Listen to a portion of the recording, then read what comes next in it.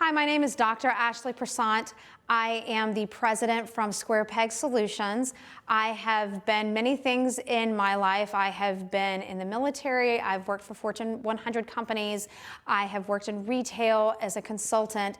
And the one thing that I've realized very early on is I wanted to give back and help individuals go beyond their mindset, what they think they can do. So I'm here with Canon trying to help the individuals here go beyond what some of their challenges are, help them become better leaders, help them become better in their industry to go more and go further.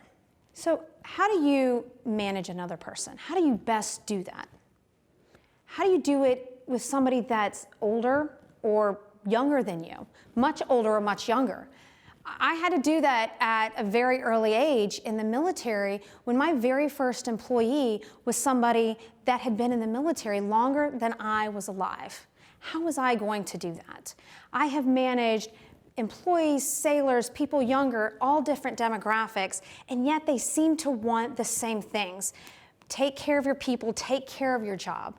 And so I want to kind of dig into this idea of how do you work across generations? So if I ask you what you think about millennials, what do you think? Now, no jokes here. What about those crazy Xers or those boomers? We have these stereotypes of these folks, but the idea is they're all very much generalizations. I do this activity with a group of individuals, students, organizations, and I ask them questions about their generation. I ask them from age 8 to 18, and I ask them these questions. What are your favorite TV shows, your favorite music? What are the things that you remember? The technology. What are the leaders that you remember that would be somebody you'd want to work for today? And then I flip it on them, and I ask them the question, what do you think about people older than you? And what do you think about people that are younger than you? And I get a couple of laughs, and people break it out because that age 8 to 18 is the generation that you recognize with, that you have Backstreet Boys or New Kids on the Block or the Beatles, and you recognize and you're part of that group. And those other generations are different. And so we get the stereotypes. The boomers are slow and they don't accept change, and the millennials change too much and they're too fast and they're too lazy. But then you take a step back and find out that's not necessarily the case. It's not about the generation, it's about the age group. 20-somethings do different than 30-somethings and 40-somethings and 50-somethings. When you're in your 20s, you have different motivations and different things that you want. It doesn't matter what generation. I'm an Xer, and when I was in my 20s, I wanted something different in my 30s. And that's where you have to take a look at that, is find out, hey, it's not about what's happening right now, it's where they are in the experience. They all want the same thing. So let me ask you this question. Do you think generational differences influence employees' engagement, their motivation, their organizational commitment? Most people say, absolutely, this is true. But a number of studies, thousands of employees have been analyzed, and they said, no, it's false. They want the exact same thing. And I'll ask you this question. For anybody that has worked more than 5 or 10 years, and you've ever worked in not a great job, did it matter that you were in your 20s or in your 30s or 40s, or was it because you had a bad boss? Or was it because the company was not pushing you, not letting you do what you wanted to do? It doesn't matter what the generation is. It doesn't matter how old you are. It's about the company. So let's break down that stereotype and say, hey, no, it's not about the age. Again, we've already talked about the 20-somethings are in that mindset. It's not a generational thing. And also, everybody wants the same thing. A final question that I want to ask you, do you think that generations agree on what makes a leader? I asked you that question at the beginning. Is it the same?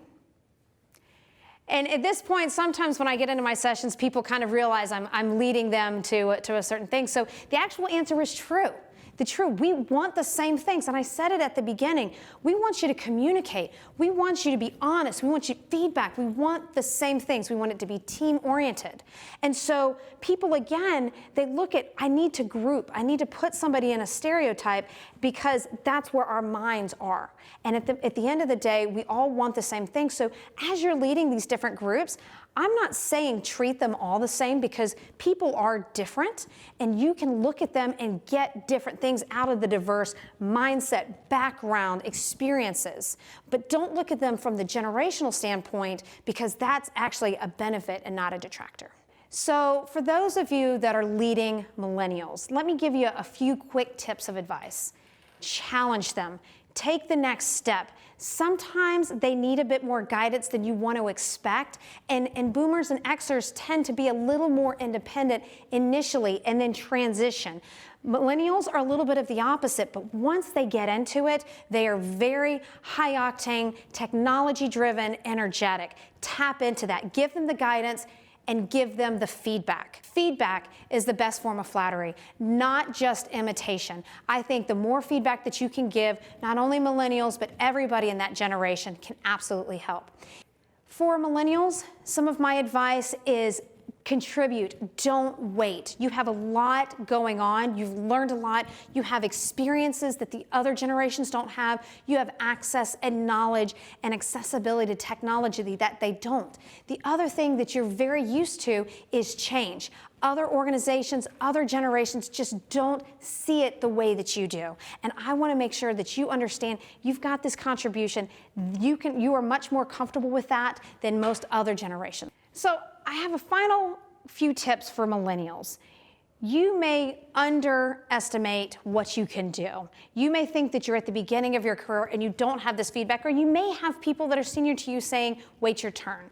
And respectfully so, you have a lot of experience. You have a lot of knowledge that they may or may not have, be it technology, be it other information. Don't be afraid to find your voice. Be respectful and share it, and show that motivation, overcome those mentalities, and do that now. They have that ability to get you over the hump, but they need you to be right there. The other thing that you have is you are very much better adaptable to change and flexibility.